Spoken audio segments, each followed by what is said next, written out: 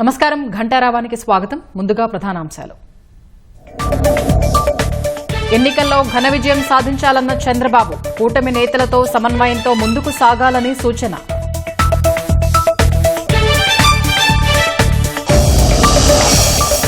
విశాఖలో 700 కోట్ల నాలా కుంభకోణం జరిగిందన్న జనసేన, వైసీపీ నేతలతో అధికారులు కుమ్మక్కయ్యారని ఆరోపణ.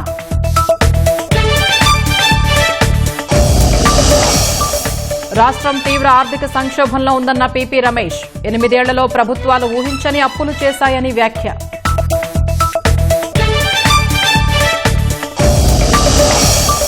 ప్లాట్ఫామ్ మార్పుతో ఢిల్లీ రైల్వే స్టేషన్లో తొక్కిసలాట, ఒకే పేరుతో 2 రైళ్లు ఉండడమూ కారణమన్న పోలీసులు.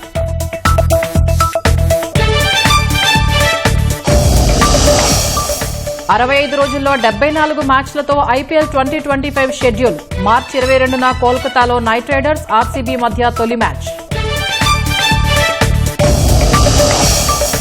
అలనాటి నటి కృష్ణవేణి మృతి పట్ల ప్రముఖుల దిగ్భ్రాంతి, తెలుగు సినీ కీర్తిని చాటారంటూ సీఎం చంద్రబాబు సంతాపం.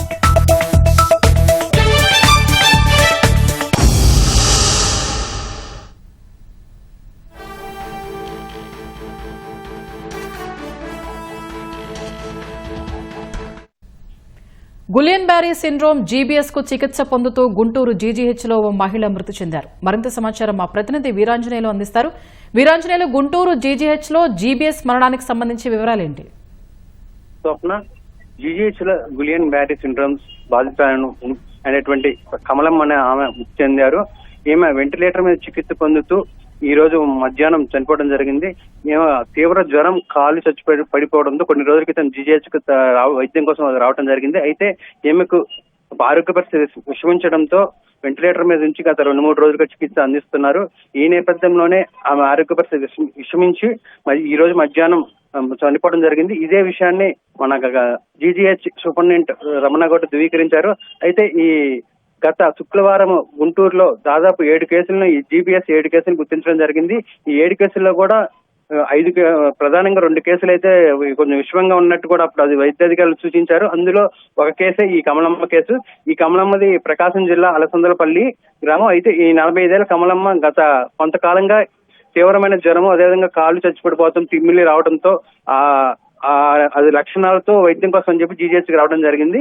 అయితే గత 2-3 రోజులుగా ఆమెకు మెరుగైన వైద్యం అందించినప్పటికీ కూడా ఆమె కోలుకునే పరిస్థితి కనిపించలేదు. ఈ నేపథ్యంలోనే ఈ రోజు మధ్యాహ్నం ఆమె చనిపోవడం జరిగింది. అయితే దీని గురించి ఎలాంటి ఆందోళన అవసరం లేదని చెప్పి కూడా సూపరింటెండెంట్ గారు చెప్తున్నారు.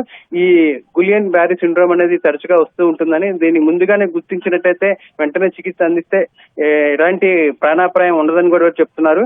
ఈ గులియన్ బ్యారీ సిండ్రోమ్ గత శుక్రవారం మన జీజీహెచ్ లో వరుసగా 5 కేసులు నమోదు కావడంతో అటు వైద్యాధికారులు కూడా అప్రమత్తమయ్యారు. ఎక్కడికక్కడ ఈ వ్యాధి లక్షణాల గురించి అవగాహన కల్పిస్తూ, అదేవిధంగా ఈ లక్షణాలు వెంటనే కనిపించిన వెంటనే ఆసుపత్రికి వచ్చి డాక్టర్లను సంప్రదిస్తే మెరుగైన వైద్యం అందుతుంది. ఈ వ్యాధి వల్ల ఎలాంటి ప్రాణాపాయం ఉండదని కూడా చెప్తూ ఉన్నారు. అయితే ఈ రోజు అంటే ఈ కేసు తొలి మరణంగా కూడా చెప్తున్నారు. అయితే పూర్తి స్థాయిలో ఉన్నతాధికారులు ధృవీకరించాల్సి ఉంది.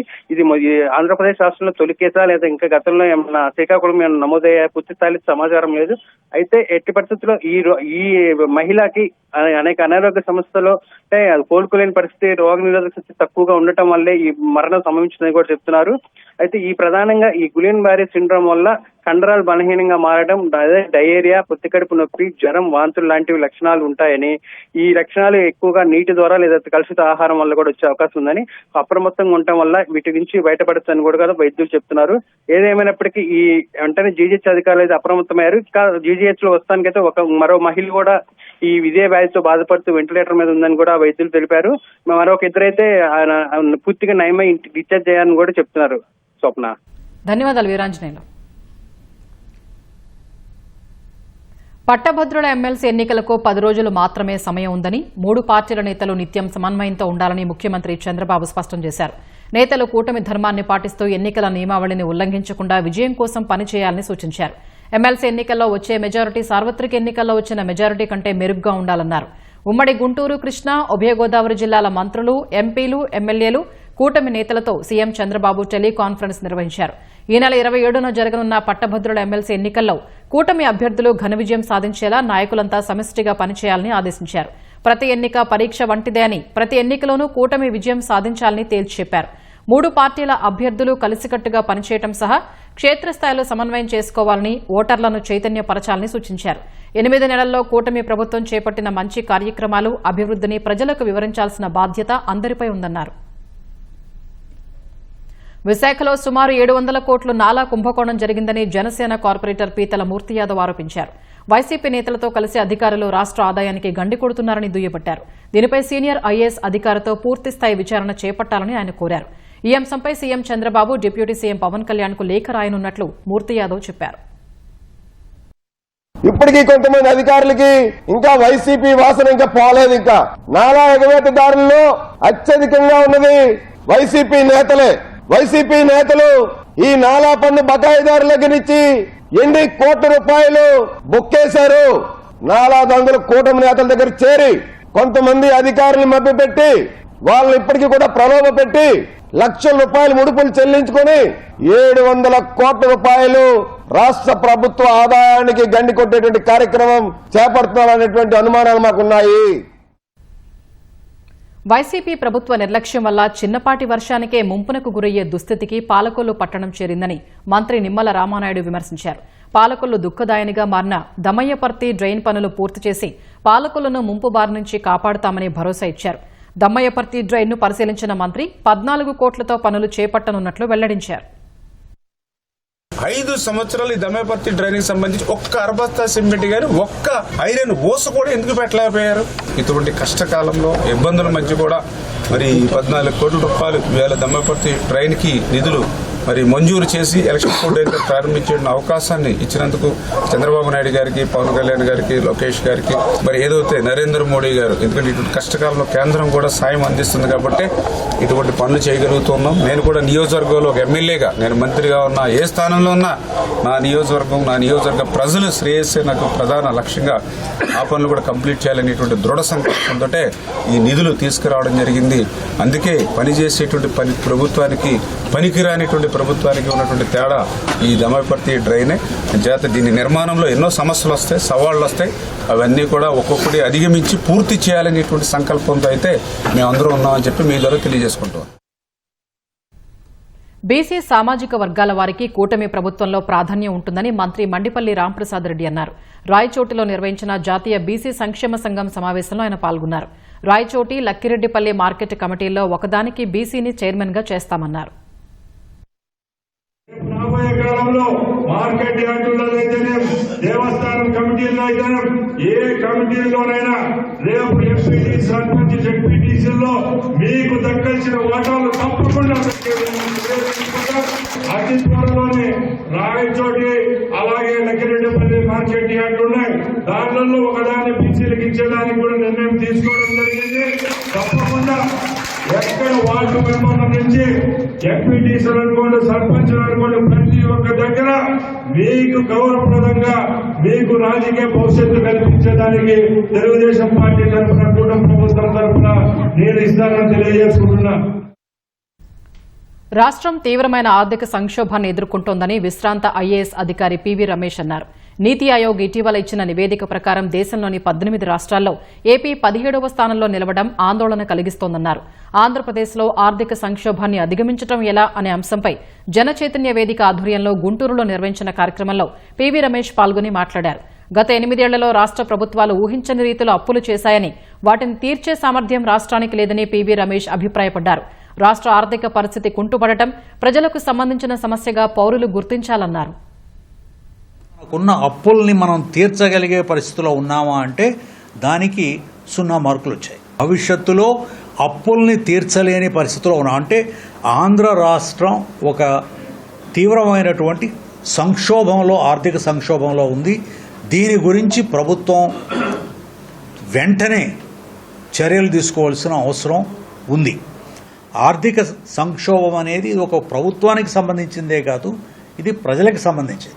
రాజకీయ వాతావరణం కూడా ప్రాంతీయ పార్టీలు వారి యొక్క స్వప్రయోజనాలను చూసుకోవడం తప్ప ప్రజల మంచి గురించి ఆలోచించడం అనేది తగ్గిపోవడం, తర్వాత డబ్బు ప్రాబల్యం పెరిగిపోవడం, తర్వాత అందరూ కూడా డబ్బులు పంచిపెట్టే కార్యక్రమాలను చేపట్టడం తప్ప భవిష్యత్తు మీద నిర్మాణాత్మకమైనటువంటి ప్రణాళికల్ని నిర్వహించే ఆలోచనలు కూడా కనపడడం లేదు. 2 సామాజిక మార్పులు జరుగుతున్నాయంటే మతతత్వవాదం, ప్రాంతీయతత్వవాదం, కులతత్వవాదం వీటిల్లో కూరుకుపోతున్నాం. దీనివల్ల భవిష్యత్తుని నిర్మించడానికి పునాదులు వేయకుండా ఆ పునాదుల్ని ఇంకా సుడిగుండంలోకి, ఇంకా ఊబిలోకి తొక్కేస్తున్నాం. వేర్వేరు ఘటనల్లో 2 స్నేహితులు మృతి చెందిన ఘటన తిరుపతి జిల్లాలో జరిగింది. ఏర్పేడు మండలం బండారుపల్లికి చెందిన మునిరత్నం శెట్టి, రాజేష్ నాయుడు సింగరాయకొండలో బొమ్మలు తయారు చేస్తూ జీవనం సాగిస్తుంటారు. అయితే ఇటీవల సింగరాయకొండ నుంచి స్వగ్రామం బండారుపల్లికి వచ్చిన మునిరత్నం చెరువులో పడి మృతి చెందారు. సింగరాయకొండలో ఉన్న రాజేష్ నాయుడుకి విషయం తెలిసింది. మునిరత్నం అంత్యక్రియలకు తన స్నేహితుడు శేఖర్తో కలిసి ద్విచక్ర వాహనంపై బండారుపల్లికి బయలుదేరారు. గూడూరు సమీపంలోకి రాగానే కంటైనర్ ఢీకొట్టడంతో రాజేష్ నాయుడు అక్కడికక్కడే మృతి చెందారు. దీంతో బండారుపల్లిలో విషాద ఛాయలు అలుముకున్నాయి. ప్రకాశం జిల్లా మార్కాపురం మండలం నికరంపల్లి వద్ద మిర్చి కూలీలతో వస్తున్న టాటా ఏస్ వాహనం అదుపు తప్పి బోల్తా పడింది. ఈ ప్రమాదంలో 10 మందికి పైగా గాయపడ్డారు. వారిలో 2 పరిస్థితి విషమంగా ఉంది. క్షతగాత్రుల్ని చికిత్స నిమిత్తం మార్కాపురం ప్రభుత్వాసుపత్రికి తరలించారు. బాధితులు మార్కాపురంలోని కొండారెడ్డి కాలనీకి చెందిన వారిగా గుర్తించారు. వీరు పెద్దారవీడు మండలం చట్లమిట్లకు మిర్చి కోతకు వెళ్లి తిరిగి ఇంటికి వస్తూ ఉండగా ప్రమాదం జరిగింది. ఏలూరు జిల్లా నిడమర్రు మండలం బావాయిపాలెంలో దారుణం జరిగింది. బావాయిపాలెంకి చెందిన మజ్జి యేసును గుర్తు తెలియని వ్యక్తులు హత్య చేసి మృతదేహాన్ని స్థానిక కాపవరం కాలువలో పడేశారు. కాలువలో యేసు మృతదేహాన్ని గమనించిన స్థానికులు కుటుంబ సభ్యులకు సమాచారం ఇచ్చారు. మృతుడు ఉండి మండలం కలిగుట్లలోని చేపల చెరువుల వద్ద పనిచేస్తున్నాడు. అతడి భార్య ప్రస్తుతం 7 నెలల గర్భిణి. ఏలూరు పోలీసులు ఘటనా స్థలానికి చేరుకుని విచారణ చేపట్టారు. వివాహేతర సంబంధమే హత్యకు కారణమని అనుమానం వ్యక్తం చేస్తున్నారు.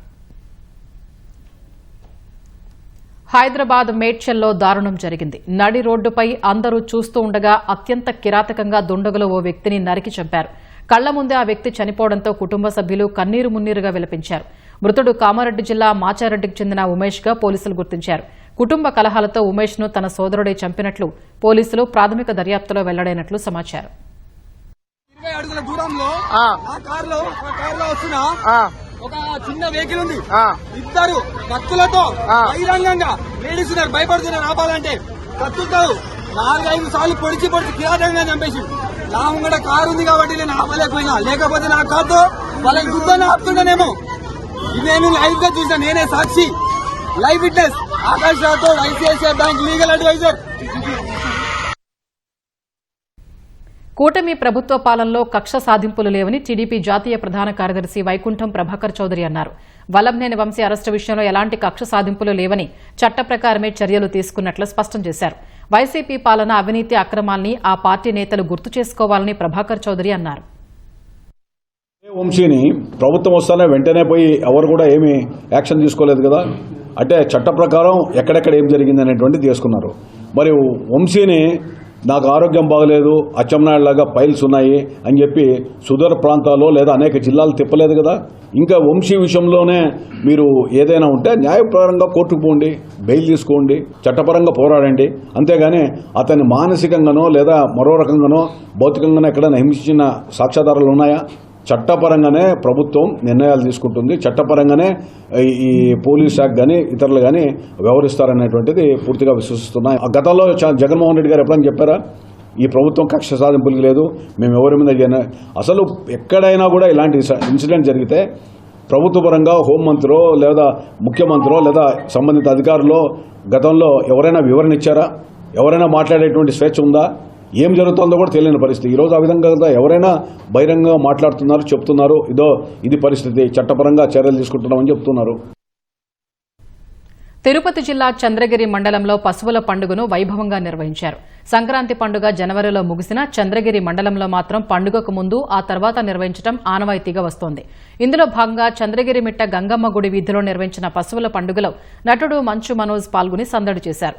పశువులను యజమానులు సుందరంగా ముస్తాబు చేసి వాటి కొమ్ములకు ఇష్టదైవం, సినిమా హీరోలు, రాజకీయ నాయకుల చిత్రపటాలతో చేసిన చెక్క పలకలు కట్టి వీధిలో వదులుతారు. అవి జనం మధ్యలో పరుగులు పెడుతుంటే వాటి కొమ్ములకు ఉన్న చెక్క పలకల్ని చేజిక్కించుకోవడానికి యువకులు పోటీ పడతారు.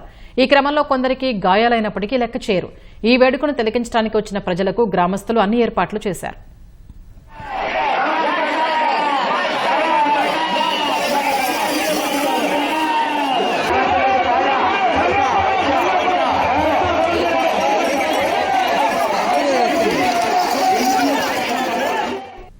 రైళ్ల ఆలస్యం వల్ల ప్లాట్ఫాంపై పెరిగిన రద్దీ, ఒకేలాంటి పేరు 2 రైళ్లకు పెట్టడంతో ఆఖరి నిమిషంలో చెలరేగిన గందరగోళం న్యూఢిల్లీ రైల్వే స్టేషన్లో తొక్కిసలాటకు దారితీసిందని పోలీసుల ప్రాథమిక దర్యాప్తులో తేలింది.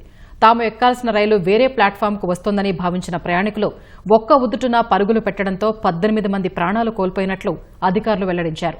ఈ ఘటనపై పోలీసులు దర్యాప్తు చేస్తుండగా రైల్వే శాఖ 2 సభ్యులతో విచారణ కమిటీని ఏర్పాటు చేసింది.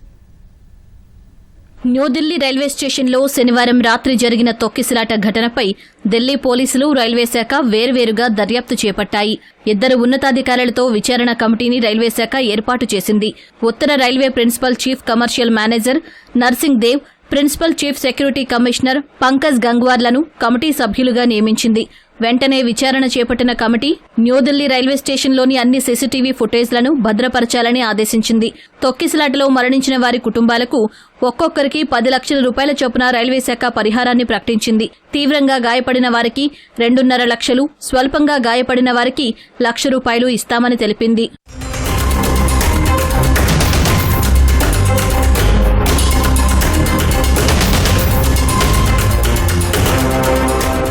తొక్కిసలాట ఘటనపై ఢిల్లీ పోలీసులు దర్యాప్తు చేపట్టారు.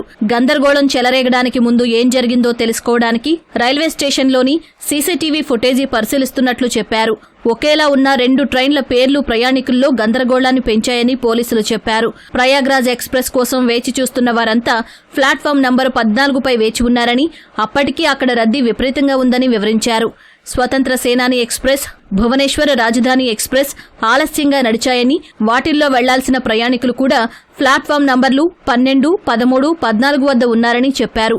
సరిగ్గా అదే సమయంలో ప్రయాగ్రాజ్ స్పెషల్ రైలు ప్లాట్ఫామ్ నంబర్ 16పైకి వస్తుందని రైల్వే స్టేషన్ సిబ్బంది మైకులో ప్రకటించారని పోలీసులు వివరించారు.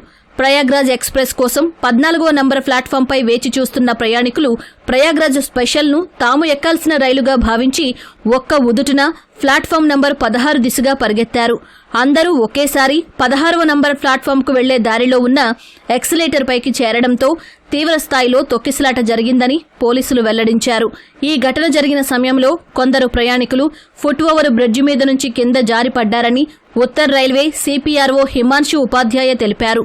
ప్రతి గంటకు 1500 సాధారణ టికెట్లను రైల్వే విక్రయించిందని, ఫలితంగా స్టేషన్ మరింత రద్దీగా మారిందని తెలిపారు.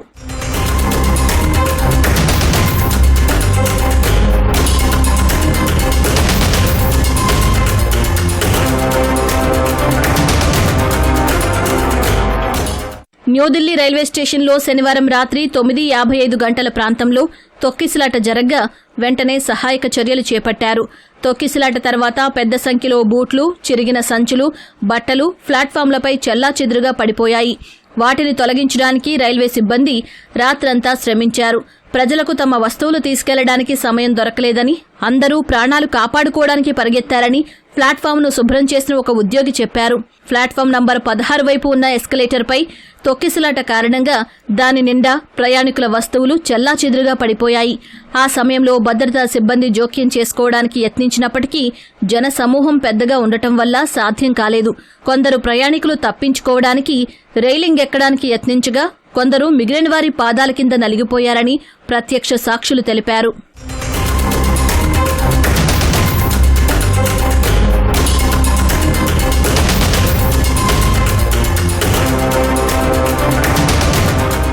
న్యూఢిల్లీ రైల్వే స్టేషన్లో జరిగిన తొక్కిసలాటలో మొత్తం 18 మంది మృతి చెందారని, 15 మంది ప్రయాణికులు గాయపడ్డారని అధికారులు తెలిపారు.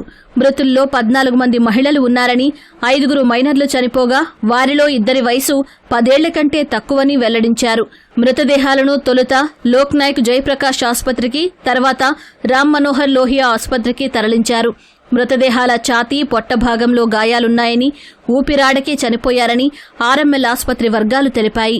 ఉదయం 9 గంటలకే మృతదేహాలను వారి కుటుంబ సభ్యులకు అప్పగించారు. చాలా మంది పోస్టుమార్టం చేయించకుండానే తమ వారి మృతదేహాలను స్వస్థలాలకు తీసుకుపోయినట్లు సమాచారం. క్షతగాత్రుల్లో ఎక్కువ మందికి పాదాలు, కాళ్లకు గాయాలు కాగా ఇతరులకు ఎముకలకు గాయాలైనట్లు అధికారిక వర్గాలు తెలిపాయి. లోక్ నాయక్ జయప్రకాష్ ఆసుపత్రిలో చేరిన క్షతగాత్రుల్లో చాలా మందిని ప్రాథమిక చికిత్స అనంతరం వైద్యులు డిశ్చార్జ్ చేశారు.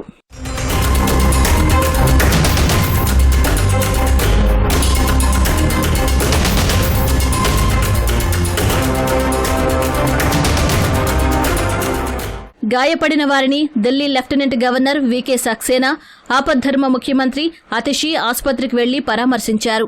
అందరికీ అండగా ఉంటామని భరోసా ఇచ్చారు. అంతకుముందు సామాజిక మాధ్యమం ఎక్స్లో ఈ ఘటనపై విచారం వ్యక్తం చేసిన ఢిల్లీ ఎల్జీ గందరగోళం, తొక్కిసలాట వల్ల ప్రాణ నష్టంతో పాటు ప్రయాణికులకు గాయాలైనట్లు పేర్కొన్నారు. 15 నిమిషాల తర్వాత మరణాలు, గాయాలు అనే పదాలను తొలగించారు. తొక్కిసలాట ఘటనలో ప్రాణాలు కోల్పోయిన వారికి రాష్ట్రపతి ద్రౌపది ముర్ము సంతాపం తెలిపారు. గాయపడిన వారు త్వరగా కోలుకోవాలని ప్రార్థిస్తున్నట్లు ఎక్స్లో పోస్ట్ చేశారు.